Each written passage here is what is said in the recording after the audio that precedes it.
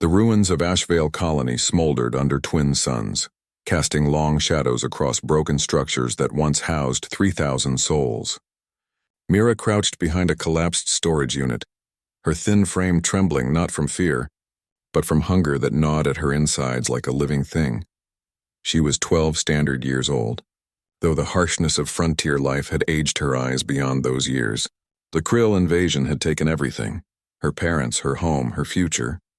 Now she was just another statistic, another orphan in humanity's desperate expansion across hostile space. The sound reached her ears before she saw them, pitiful, mewling, weak and desperate. Mira's survival instincts screamed at her to stay hidden, to conserve what little energy remained in her malnourished body. But something deeper, something fundamentally human, compelled her forward. Behind a scorched transport vehicle she found them. Two creatures, no larger than terrier dogs, lay tangled together. Their scales, one obsidian black, the other deep crimson, were dull with starvation. Membranous wings hung limp and torn, but it was their eyes that stopped Mira's heart. Ancient golden eyes that held intelligence, pain, and a desperate plea for mercy. Dragons. Every human child knew the stories. The Draconis Collective ruled the eastern quadrants with fire and claw, a species so powerful that entire human fleets avoided their territory. They were apex predators, living weapons, creatures of myth made terrifyingly real among the stars. And here were two of their young, dying in the ruins of a human colony. Mira's rational mind catalogued the risks. Dragons were enemies. Resources were scarce, helping them could bring their wrath upon her.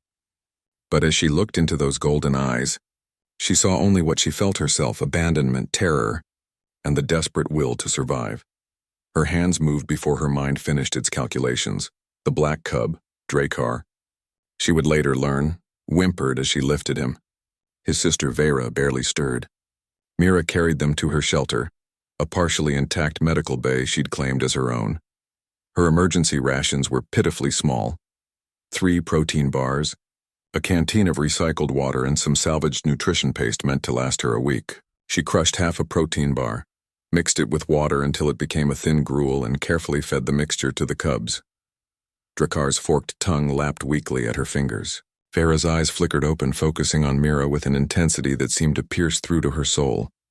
"It's okay," Mira whispered, her voice hoarse from disuse. "You're not alone anymore." For 3 days, Mira fed the cubs from her own mouth, chewing the tough rations until they were soft enough for the young dragons to digest.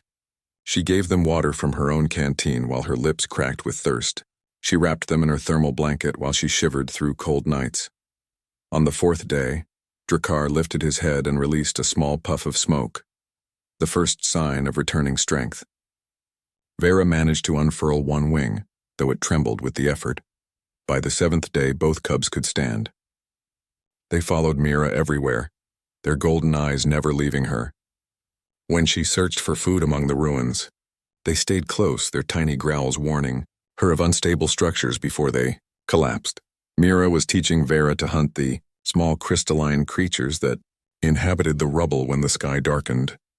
Looked up and her blood turned to ice. They came like a living storm, hundreds of dragons, their massive forms blotting out the twin suns. Scales of every color imaginable caught the light: emerald, sapphire, platinum, bronze.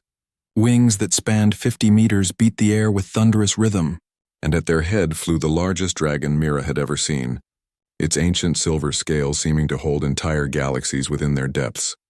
The Draconis Collective had arrived. Mira grabbed Dracar and Vera, pulling them close in a futile gesture of protection. This was it. They would incinerate her for daring to touch their young, for presuming a human could. The silver dragon landed with earth-shaking force. Its head, large as a transport shuttle, lowered until one massive golden eye regarded Mira directly. She felt something touch her mind, not words, but concepts, emotions, images flowing directly into her consciousness. She saw herself through dragon eyes, a small, starving human child splitting her last food with creatures she should have feared. Saw herself giving water when she had none to spare. Saw herself holding the cubs through the cold nights, sacrificing her own warmth. Saw herself choosing compassion when survival dictated cruelty. The dragon's mental voice resonated through her entire being. You saved the heirs of House Kronvar. You gave everything when you had nothing. You honored life when death surrounded you. This is the human way? This is your strength? Mira's voice barely functioned. They were hungry. Alone. Like me. Yes. Like you. The silver dragon, elder matriarch Silrax, Mira would learn, raised her massive head and released a call that shook the ruins. The dragon army responded in unison, their voices creating a harmony that resonated in Mira's bones. Then, one by one, every dragon bowed. Drakkar and Vera pressed against Mira's legs, their purring rumbles vibrating through her body. Images flooded her mind again. Dragons bringing food, teaching, protecting. A small human girl flying between stars on dragon wings, a new word in her consciousness. Kin chosen, the highest honor the Draconis Collective could bestow. I don't understand, Mira whispered. You showed us what we had forgotten, Silrax communicated. That strength without compassion is merely brutality. That power without mercy is simply tyranny. You, smallest and weakest among us, demonstrated the greatest strength of all, the courage to care when caring seems foolish. The matriarch's wing extended, creating a silver canopy above Mira. We came seeking our lost heirs. We found something more valuable, a truth we needed to remember. You are kin-chosen now, daughter of two worlds. Will you let us adopt you into House Kronvar? Mira looked at the dragon army arrayed before her, then down at Drakkar and Vera, who gazed up at her with unconditional trust.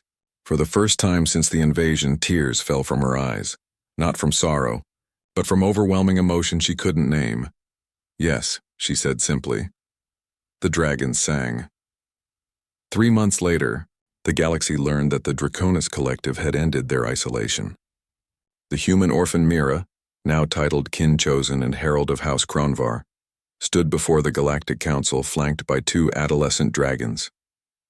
Her message was simple but revolutionary. Humanity survives not because we are strong, but because we choose compassion even in our weakest moments. Judge us not by our weapons or our fleets, but by what we do when we have nothing left to give and give anyway. The council chambers fell silent. Then unexpectedly, the Draconis representative, Elder Matriarch Silrax herself, spoke words that would reshape galactic politics forever. Any species that produces individuals like Mira deserves not just respect, but protection. House Kronvar extends its alliance to humanity. Let all who would harm them face dragonfire. Mira smiled, feeling Drakkar and Vera's warmth beside her. She had lost everything in Ashvale's ruins, but by choosing compassion over survival, by feeding 2 starving cubs when she herself was starving, she had gained a family that spanned worlds. Sometimes, the most human thing you can do is also the most powerful.